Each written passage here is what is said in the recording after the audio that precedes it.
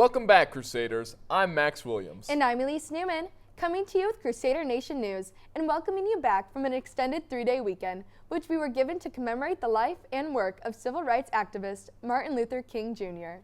Born in Atlanta, Georgia on January 15, 1929, Martin Luther King Jr. fought peacefully for the rights and freedoms of oppressed individuals all over the country. Thankfully, we have a day to celebrate all of the incredible things that he did over the course of his life. While we're still on the topic of making a difference, many of our very own Crusaders will be fighting for change this week in the Capitol as the ProLife Trip departs for Washington, D.C. later tonight. As of right now, the group is set to leave around 9 o'clock this evening after celebrating a Mass at St. Cletus, giving them plenty of time to arrive at the march, which takes place this Friday.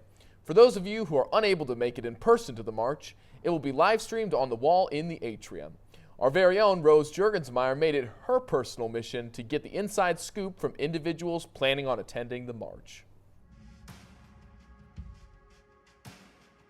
There are many reasons that people go on marches, but marching for the unborn is like any other march.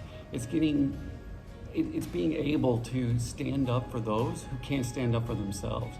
It's giving a voice to the unborn and letting people know, hey, we want to be alive. We want to come out into this world, and there's something different about marching for pro-life. My favorite part of the pro-life trip is having fun with my classmates in Washington, D.C. and making a difference in the pro-life movement. It's very important for students to go on this pilgrimage, this pro-life pilgrimage, because they get to experience love in action. They get to experience something that they believe in put into action. It's a great thing for students to go and to truly find a bond with other students as they march for one reason, pro-life. I would say I'm really most excited about the fact that just people from all over the nation get to come together and be able to stand for those who may not be able to stand for themselves. And also, I'm just really excited to be able to use this time to grow in my own faith.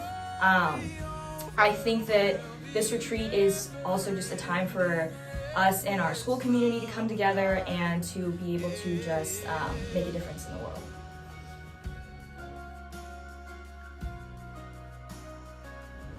With last year's trip being canceled, this year is super exciting.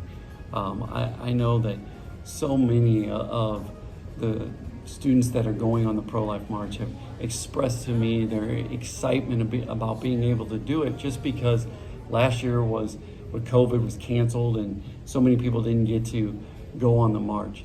I think this year is going to be the most special. Thanks, Rose. We couldn't be more excited for this faith-filled opportunity. But before we get too far ahead of ourselves, there was plenty of entertainment from this past weekend to catch up on, starting with 3 performances of Charlie and the Chocolate Factory. The Crusader players had been prepping and rehearsing ever since before winter break, which only made the finished product even sweeter. See what I did there? Because, like candy? But for anyone taking part in the spring production of the musical Anastasia, there isn't much time to prepare. Auditions are set to take place Monday and Tuesday of next week, so hurry down to the stage in the small gym for more information outside of Mrs. Finley's room. But while the theater department was killing it on stage last Friday night, the boys' varsity basketball team was putting on arguably their best defensive display this season, smothering the Borgia Knights 51-29 to come away with the victory in the Washington Tournament Championship game.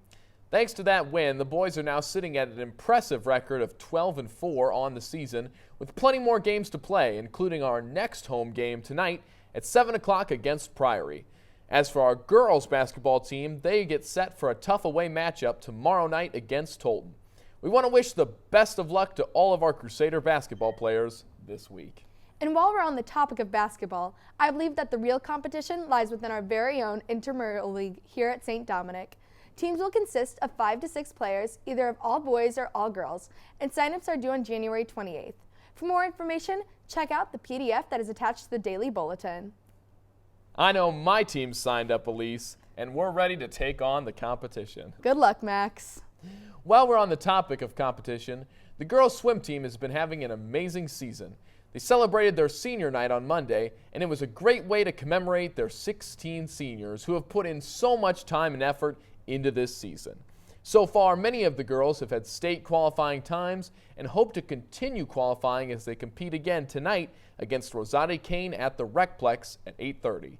Good luck, ladies. There are just so many Winter Crusader athletics taking place around school this time of year, but we don't want to draw too much attention from other main events, like the 34th Annual Crusader Gala, for example.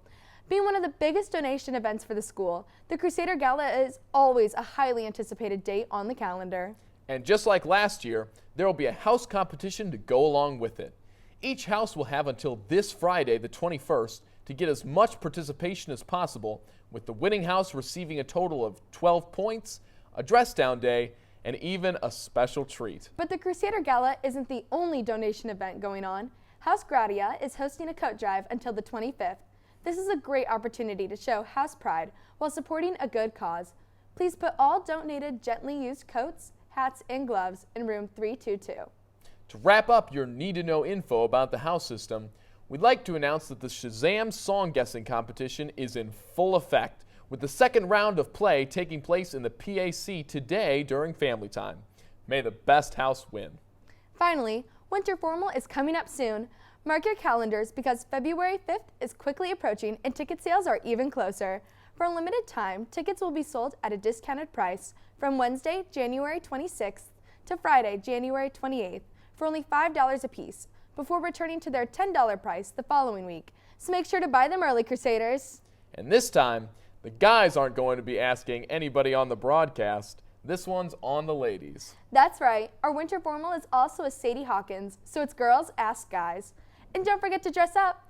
It's homecoming attire, so get dress shopping and put on those ties because it is a Winter Formal after all. Finally, I'm Elise Newman. And I'm Max Williams, Signing off.